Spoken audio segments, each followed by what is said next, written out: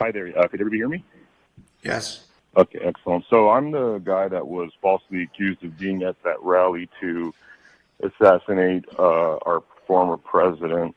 And I'm here to say that because of the events that happened there and the completely and utterly just detail by detail false allegations, including that I made verbal threats to assassinate the president, that I said that's what I was there for, including, being called by this current sheriff as a lunatic, unhinged, and all these other things. My life is forever changed. Today I'm at a press conference with police protection. I've had to hire a bodyguard. My elderly parents, who are 83 and 77, have been harassed, threatened. I watched my dad on video yesterday as his hands were trembling, and he's had multiple strokes, 10 heart attacks, high blood pressure, diabetes, and his entire body is shaking like he is about to have another stroke. And this is the direct result of a power-hungry sheriff who thought that he could use the opportunity of this very unique situation where Trump was actually visiting California in order to further his political career. So during the investigation, obviously those identification documents were found, in addition to a loaded handgun and a shotgun. So that's a blatant lie. My firearms were not found. In fact, I declared them, and here's the evidence. How you doing, sir? Hi. Hi, So I have a question. So I'm a Trump caucus captain, but I want to be totally transparent. I'm from Nevada, and I do have my firearms in the back. You have firearms with you? Yeah, in the back in the trunk, but, obviously I want to be totally transparent, but yeah. Okay. How many firearms do you have? I have a shotgun and I have a handgun, and it's all in the back right there. Obviously, I'm not taking this down with me, just in my car, and I want to let you guys know. Okay. You have your ID, VIP pass, and all that? Yeah, totally. And you could actually Google me. I ran for office as a Republican and all that, but, probably why I have a gun, so that's my ID right there. And then Okay. right here is my, You're going to pull up Sure. into that little alcove right there. Okay. And that's my pass right there. Okay. So you're going to pull up right in that little alcove right there. Right there? Okay, cool. Thank you. Do you guys want to hang on to it? I don't mind you guys holding on to it They'll either. decide what they're going to do. Okay. Just pull up in the alcove. All right, thank you. Chad Bianco also falsely stated that I had fake passports, multiple driver's license, fake IDs. And that's also not true. I have a U.S. passport. I have a Canadian passport because I was born in Canada, and as a naturalized citizen, you automatically get a passport. And then I have my driver's license. I only have one driver's license, not multiple. I am glad that we're not talking about this after we shot him. If you're asking me right now, I probably did have deputies that prevented the third assassination attempt. He was a lunatic. It's people trying to do harm, and thank God we prevented it. And we know that we prevented something bad from happening, and it's irrelevant what that bad was going to be. I truly do believe that we prevented another assassination attempt. He did this without having a shred of evidence to back up the insane claims he was making.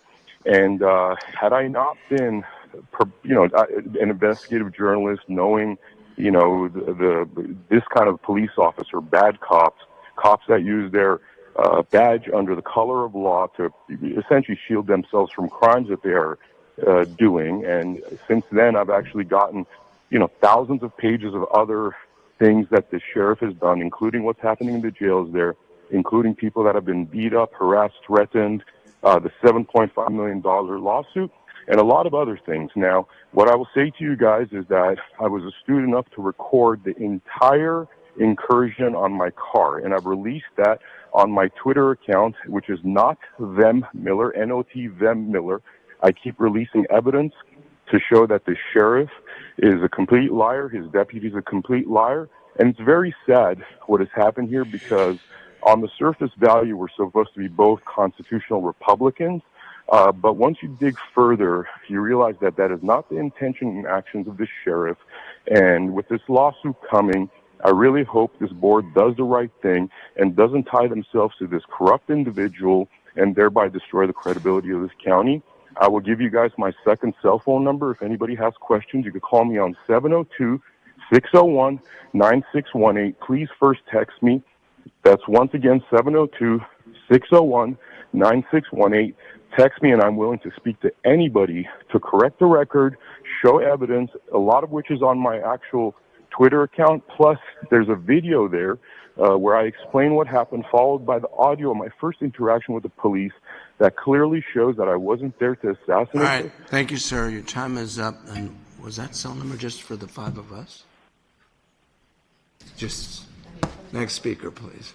All right, everyone, I'm going to keep this introduction very brief. In terms of who Sheriff Bianco is, you've heard a lot from me. And today you will hear from the citizens, the civilians of Riverside County. And you will hear about the multiple crimes and corruptions of Sheriff Bianco. Not from my words, but from their words. So without further ado, here is what the citizens of Riverside think about Mr. Sheriff Bianco. I want to read something from the New York Times earlier this year. Video from inside a Southern California jail shows a violent confrontation in October 2020 in which 10 sheriff deputies burst into a cell of a man who was having delusions and resisting medical care. They restrained him and reportedly shocked him, leading to his death days later. Now, eventually this led to a $7.5 million settlement. With $7.5 million, please hear that. We now have a new one where we're going to have, there's been a lot of lawsuits. We now have this another one where a man who was wrongly accused of possibly doing a third assassination attempt by our sheriff is also going to be suing the county. You know, I mean, $1 million here, $1 million there is quite a bit of money, especially $7 million here, $7 million there. I am totally in favor of supporting law enforcement. We need strong law enforcement. I get that. But I don't like my tax dollars going for lawsuits. That's money that should be spent on law enforcement, not on lawsuits. So I encourage you, as the people who are responsible for the oversight of the sheriff and for the department, to please take seriously your fiduciary responsibility to know the kind of money that's being spent on this stuff. I hear say you're busy. Okay. I stand here on National Police Brutality Day, challenging you to show independence from the sheriff and our systems. The 14th Amendment in Riverside County is practiced according to one's bank account and one's skin color. There have been over 200 deaths in the last 15 years in custody, in addition to over 100 million in lawsuits. And now we have law enforcement claiming there'd be assassination attempts when there are not. Additionally, we have no accounting of resources for this most recent political rally. And if in history is any guide, the county will be on the hook for several $100,000 that they will not be reimbursed for. Please, in honor of all who have been injured or died in the hands of law enforcement, show some independence. Thank you. Good morning, esteemed board of directors. I'm here because, believe it or not, it is not because of Sheriff Chad Bianco. It is the system that allows a Sheriff Chad Bianco to flourish and wreak havoc on this county and the taxpayers here, the citizens, and the residents. This board is the only body in this county that can rein in the kind of activity that we've seen with this particular sheriff, but should also consider creating systems and safeguards that will allow us all to thrive. At this point, it's an issue with equal protection. Some people are protected and served, while others become fodder. They either are incarcerated because they have mental illness, they're being swept out of homeless encampments to go nowhere and to end up in a county jail that we pay over $100,000 a year for. So this isn't personal to Bianco. This is about the systems that you all have the opportunity to change. You control the budget, you control the purse strings, yet you won't. And so is it because of where your funding for office comes from that doesn't give you the autonomy or the courage the commitment to change a system that you see is failing. You know it's failing because you're paying the lawsuits. These lawsuits shouldn't come from the general fund. They should come from the sheriff's budget themselves. Why do we as taxpayers have to keep paying for mistakes and misfeasance, malfeasance, and intentional harm to people? I want to be protected and served. I want my children to be protected and served, my grandchildren, regardless of how much money they have or don't have, regardless if they have mental illness or not, substance use or not. It's not a license to kill. Yet we are continuing to allow a system to perpetuate this kind of insanity and callousness on our residents, and it's not fair. It's not fair to anyone here. And I'm asking you to do what you know you need to do and rein this in. Thank you. Thank you. Good morning, Board. My name is Luis Nolasco. I'm here this morning with the Riverside Sheriff's Accountability Coalition. We echo our concerns to the questionable actions of Sheriff Chad Bianco and the resulting lawsuit related to the recent high-profile political rally in Riverside County held on October 12th. After the arrest of Vin Miller, a Las Vegas man arrested with weapons outside the rally on Saturday afternoon, Sheriff Bianco rushed to thrust himself and the department into the media light by claiming that the department thwarted a third assassination attempt. Sheriff Bianco's heedless dash to media attention and fame needs to be addressed, and the sheriff should be held accountable for his lack of professional conduct. His self-interested conduct has resulted in additional lawsuit payout out of taxpayer money. This is the same department that has been sued over and over because of in-custody deaths, costing taxpayers and residents of Riverside County millions of dollars. The Board of Supervisors has the power of the purse over the sheriff, and it's imperative that it exercises fiscal restraint. In addition to the lawsuit, the RSO provided transportation to the venue from the parking lot, utilizing county vehicles and additional deputies at taxpayers' cost. Actions and decisions that also warrant external review and accountability. We commend Supervisor Perez for his statement urging an audit of the possible expenses incurred by the county as a result of public safety services provided at this event. This all amongst the ongoing request for immediate and urgent oversight of this out-of-control department. Thank you so much. Good morning, Board. My name is Lisa Matus, mother of pretrial detainee Richard Matus Jr., who died at Coy Bird Detention Center. Sheriff Bianco has again incurred another lawsuit with the same complaints as many others. Constitutional and civil rights violations are becoming so severe that, in my opinion, have turned criminal. Chad Bianco has again politically shamed and put Vin Miller from Las Vegas in grave danger, publicly giving his name, birth date to the world in a character assassination, proclaimed him to be an assassin, accused of being the third assassination attempt with absolutely no proof. This was about Bianco's attempt to be seen as a hero. You have a man that was site released with a citation being accused on world news as an assassin. This was reckless, intentional, and malicious, but not surprising. This brought me back to the day Bianco posted on social media and publicly shamed and harassed my family. That in turn instigated much hate and harassment towards myself and family members. I fell into a deep depression because of this statement. One especially, Bianco asked, did they ever think that they played a huge part in the situation they find themselves in? When the truth was, I blamed myself 100%. Why? Because on November 21st, 2021, my son and other pretrial detainees were brutally attacked by deputies while being moved housing units. Richard was a pro-per defendant and had much legal files. He had so much his friends had to help him carry his belongings. A deputy that did not like him due to Richard's filed grievances for them violating his rights told the detainees to stop.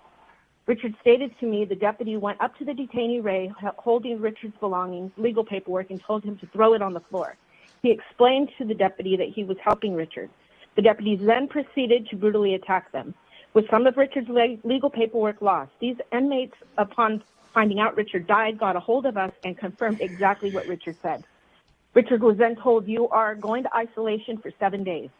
Richard filed a grievance and he was told, if you do not sign it and go to isolation, we will charge you. So it's your choice. I feel if I would have pushed the issue at the time and brought everything to light, maybe he would be alive, maybe others would be alive, there would have been change. I have read all of Richard's many grievances, notes, journals, and everything he kept. when receiving his property, and it's bad. You all have read some reports only, and I'm assuming have never seen any video of deaths, excessive force, civil rights violations, constitutional violations. I would suggest you request all of this from every situation. You will find that written reports do not match up with what you see on the reports. The video will show different. Very soon, all of this will be elevated, and I hope that you all be known as the supervisors that were there for us as a community and acknowledge there being a big problem and be part of that change. Thank you. Good morning, board. My name is Candace Cortez, and I'm the sister of Richard Matus Jr., who tragically died at the Coyburg Detention Center on August 11th in 2022. Month after month, new issues arise within Riverside County law enforcement, ranging from record-breaking jail deaths, the disappearance of 60 pounds of drugs, sexual assault allegations, to drug trafficking charges. It's getting hard to tell if I'm witnessing a scene out of the movie Crash or if this is our reality. Consider these headlines. Newsweek. Sheriff accused of claiming Donald Trump assassination attempt for clout. MSNBC. Riverside County Sheriff faces backlash over Trump assassination claims. Los Angeles Daily News. Sheriff Chad Bianco in the spotlight again for all the wrong reasons. These are just a few examples of the sheriff's latest blunders, an ongoing embarrassment for the community he's supposed to serve. This isn't about political affiliations, whether far right or far left. This is about the need for dignified leadership. Sheriff Bianco's leadership has already cost Riverside taxpayers dearly, and it continues to keep happening with no end in sight. Recently, he held a press conference accusing Mr. Miller of an assassination attempt, despite knowing that both the FBI and the Secret Service found no grounds to investigate. Bianco used this platform to advance his personal agenda, attacking California bail laws, instead of acknowledging the baselessness of his allegations. Since then, he has paraded himself on Fox News, never once taking responsibility for making an unfounded and dangerous claim. Now I ask you, how can someone who recklessly accuses another human of such a serious crime be trusted to oversee the welfare of thousands of inmates in our county jails? Consider the FBI and Secret Service, agencies regarded as the gold standard in law enforcement. Imagine how much worse the situation could have been for Mr. Miller without their oversight. Could he have fallen victim to Sheriff Bianco's thirst for political attention and ended up serving a life sentence? The culture of reckless leadership is not just troubling, it's dangerous. I demand an audit of Sheriff Bianco's executive office. The taxpayers of Riverside County are paying the price for this unaccountable, lawless governance. The lack of transparency, accountability, and leadership is sinking this ship, and it's sinking fast. The Riverside County residents deserve better. Thank you.